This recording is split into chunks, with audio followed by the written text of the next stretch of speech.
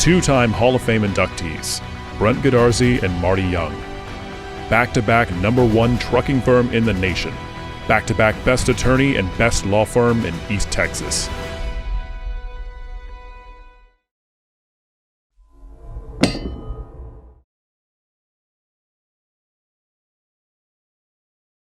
Hello, Buckeye fans. Welcome to the Gilmer's Coaching Show. I'm Jeff Rash, and this is the head football coach and athletic director of the Gilmer Buckeyes, Coach Alan Metzel.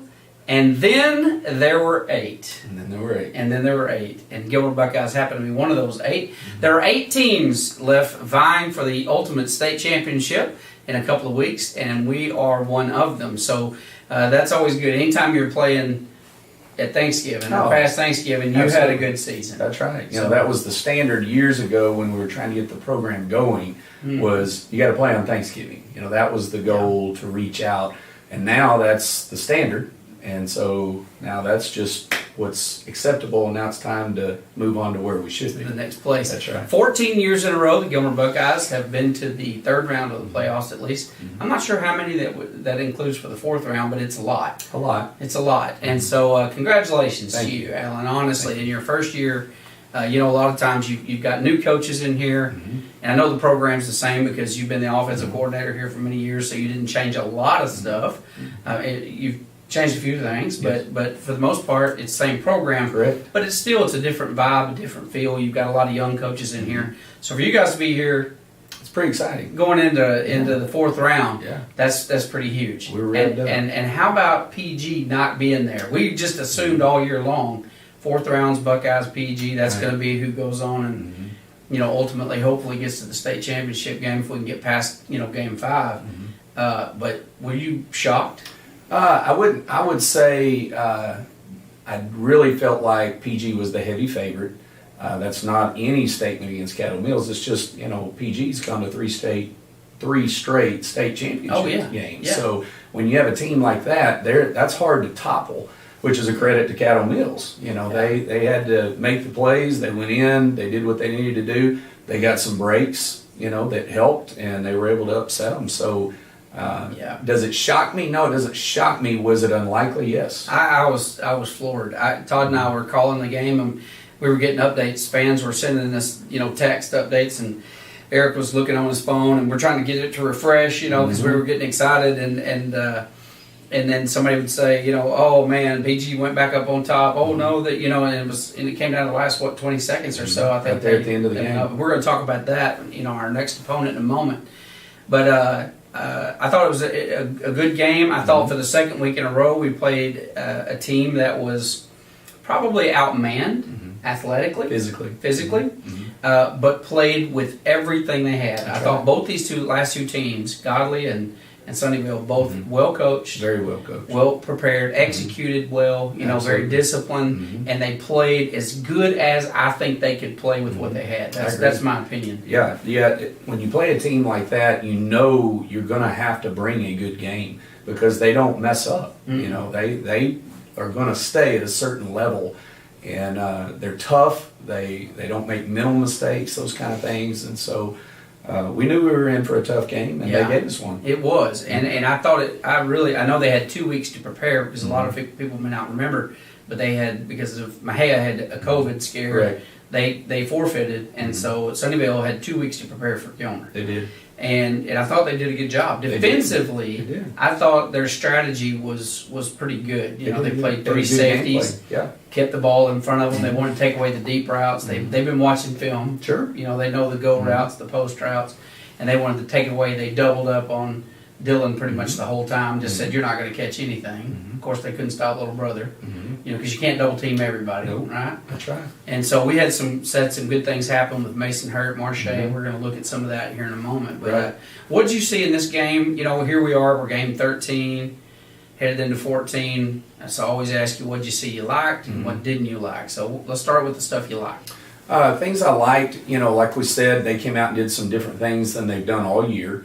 And offensively and defensively, they were doing some things, breaking tendencies and so forth. And in talking to Coach Edwards, as far as our defense did a great job of adjusting on the fly, you know, adjusting as the game went. They did their move, we had counter move. They did their move, we counter move, that kind of thing. And so most of their yardage were in 2 drives. They had a little over 300 yards and on the game, and over 150 of it was on 2 drives. Yeah. So those 2 drives, we had to kind of tweak some things and tighten some stuff up offensively because they came out in a different look.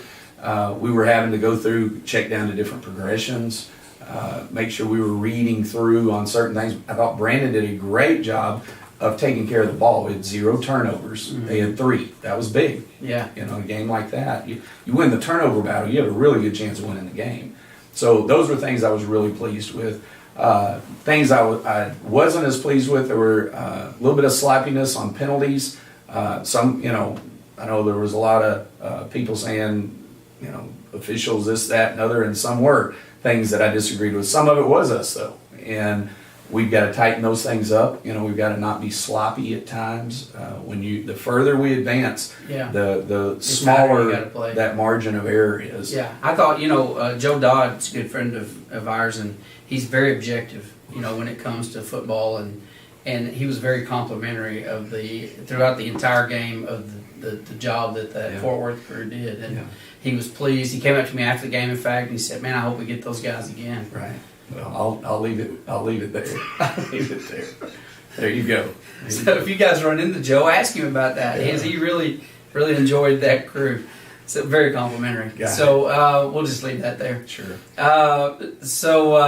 It was a great game, though. It was another game. It didn't disappoint. Obviously, 3rd round of the playoffs, you're still playing. You're pretty good. Right. No doubt. They're a very solid team. They are. But boy, it really shows you kind of what we have. It shows you the weapons on the field. If you can't go to this one, you go to this one. I thought Haynes did a great job coming in. Haynes, can't say enough about him. Here's a guy who played JV all year. Yeah. And sophomore. We knew, we've got a young man who's really talented. Yeah. But to have to, because of injuries and people we were having to play a lot on defense, to go to where you're carrying the load. Yeah. That's heavy. Yeah, he was the back for the game. He handled it. Went over 100 yards. Yeah. So tremendous job on his part. Yeah, really proud of him. He did a good job. He's a good kid. He's a great I like watching good kids like that. Yes. Great that demeanor, kind of success. Coachable, absolutely. Yeah. Oh yeah. And he's a future name. You're going to know that name. People need to know Ashton Haynes. Yeah, it's a big name. Yes. So why don't we go to the sure. screen, and we'll start looking at a few highlight plays. We've got 11 plays to go through today. In fact, speaking of Haynes, let's jump down to the video, and we'll take a look at one of his first it's his second touchdown. Second one in high school. Yeah. You bet on the varsity. Let's take a look here. This is on the first drive. We'd gotten down inside the 15. We're honestly, some of the movement here, it's not as disorganized as it looks. We're moving people around to affect their defense. Here's Ashton. I've got him highlighted. Now, I'm going to highlight here Matt, our inside lineman, and watch how, as we follow into the play, you're going to watch how they move them out of the way, and then you're going to see Matt Burton slide up inside and hit the linebacker.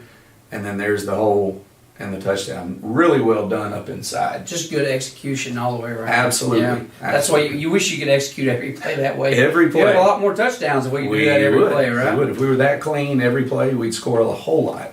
So this next one is a defensive play. That's right. This is, you want to talk about putting the matchup. You did a lot of man-to-man. A lot of man in this Went game. out of zone into man. Mm-hmm. You put Dylan on their stud. We did. We felt like Dylan, with his athleticism, we were just going to get up. He's got great size. He gets up in the face of one of their best players, and we were going to try and just take him out of their offensive scheme by him getting up and bump and run with him, and you can see he runs right with him. They would have had to have thrown an absolutely perfect throw to hit that. Great job by Dylan, and it just shows where, when you have somebody you're playing, you may have to step up and do a different role, which is what Dylan did in this game. And a lot of times that goes unnoticed. Yeah. Great job on his part. He did. Now this next one is an example of, again, putting good pressure on the quarterback, forcing him into an uncomfortable situation, and ultimately throws a pick. Absolutely. It's a sprint out by design, and then he tries to throw back across the field. That's always dangerous for a quarterback, and we've got Jose. Especially when you got 4 guys standing there. Correct. Jose Hernandez cuts under the throwing into the throwing lane, picks off the pass, gets us the ball, we're on their side of the field. The more times we get a chance to have the ball, better chance we have to score. Here's another defensive deal. I thought they did a great job when they pinned them down here inside that goal line. Right. I mean, they really played up here. They're I thought putting the defensive pressure. line did a great job. Absolutely. They're getting great penetration. You can see I've got the whole line highlighted there. Watch them with their quarterback trying to get up inside. Our D-line just presses the line of scrimmage backwards, and he's lucky he didn't get a safety on that play. Yeah, he was.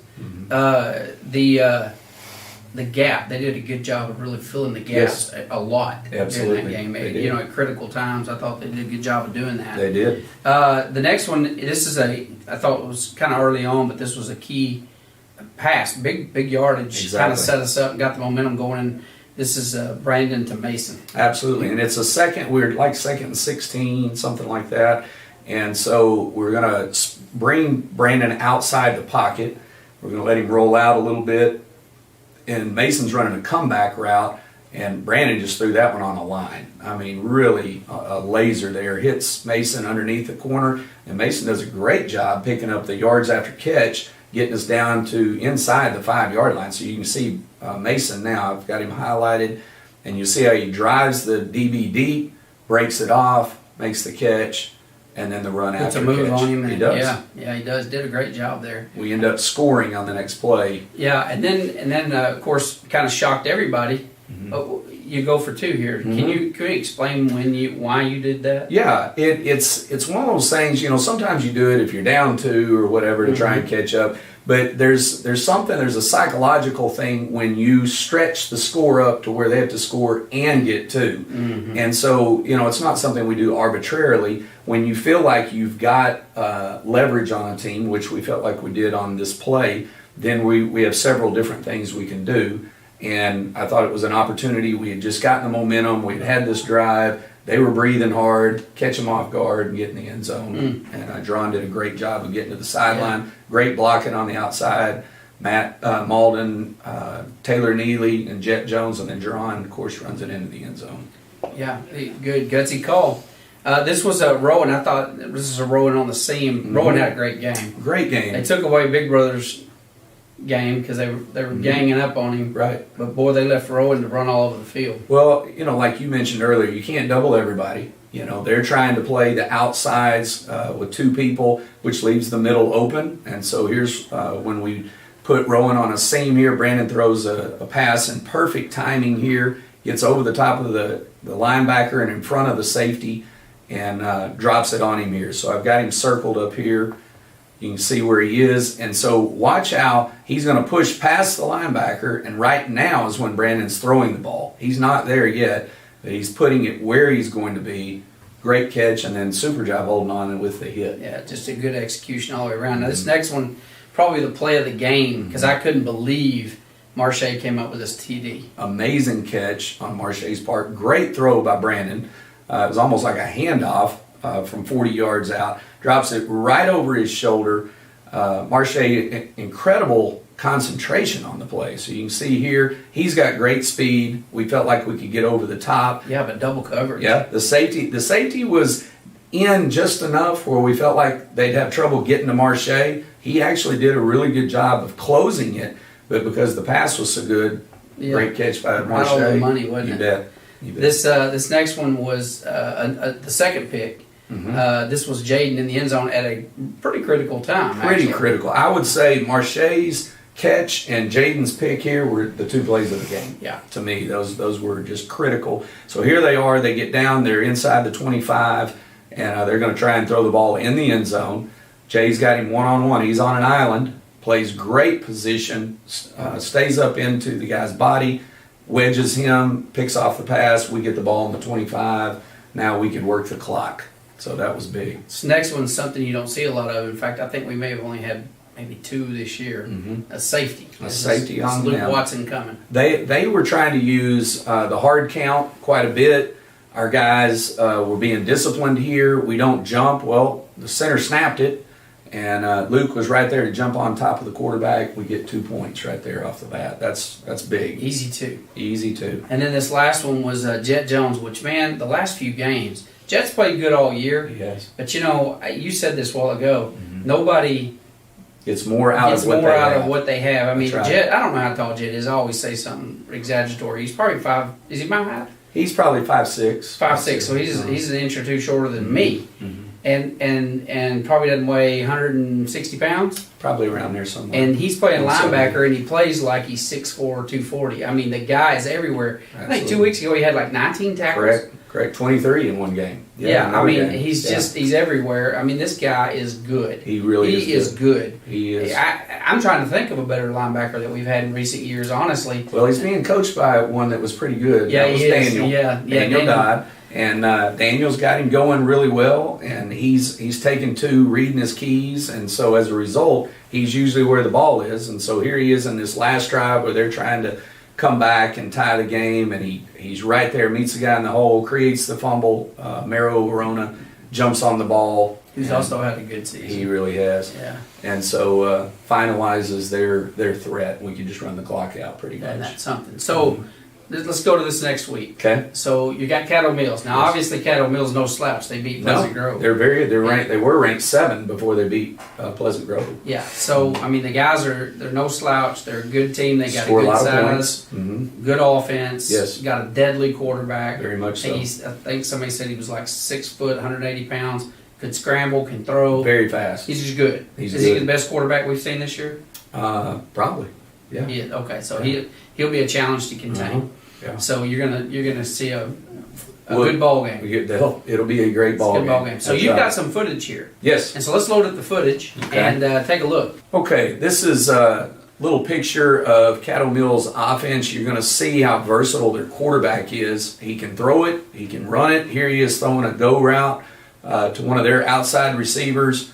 Pretty dangerous, dropping the ball on people, and these guys are pretty tall. You know, this receiver, he's probably 6'2", 6'3", good sized guy. But it's also when they send those receivers downfield and then he runs it. That's one of the most dangerous things they do. So you're going to see him here, watch him just bring the ball down, and then when he gets out in space, he eats up yardage. I believe in the game that I'm showing you right here, he ran for 217 yards. A quarterback. Quarterback did. Yeah. When have you ever heard of it? I mean, that's a lot. That's a lot, and there was multiple games. I think he had 176 rushing in another game. So I mean, it's not like a fluke either. Mm-hmm. He does this regularly. So you're going to see here again. He drops back, brings the ball down, finds his blockers. And it's almost like he's just kind of like we talk about Rowan when he runs. He's just kind of he's under control. Nothing is making him panic. And he just picks his way, and he's fast enough to burst out of there when he needs to. So here he is again. Again, it's quarterback draw. Look at that hole they opened up. Yeah, they do a good job because you've got to cover all their pass threats. Yeah, he's got some speed. Look He at can him outrun down the field. people. He's fast. And he does this against everybody he plays. He's the real deal. So here's, I think this is another one of his runs. No, this is a deep pass here. So you're going to see him drop back. So you've got to get your guys back and cover. Here he is over the top on a deep post. Just drops one in. Right. So, they've got some weapons. Our defense is going to have to play really well.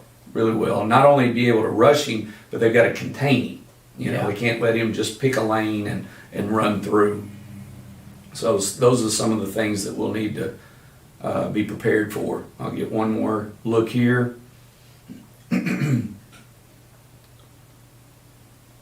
Here he is when he takes it again, just scrambles out, extends the play, finds an open guy. It's hard to cover that long.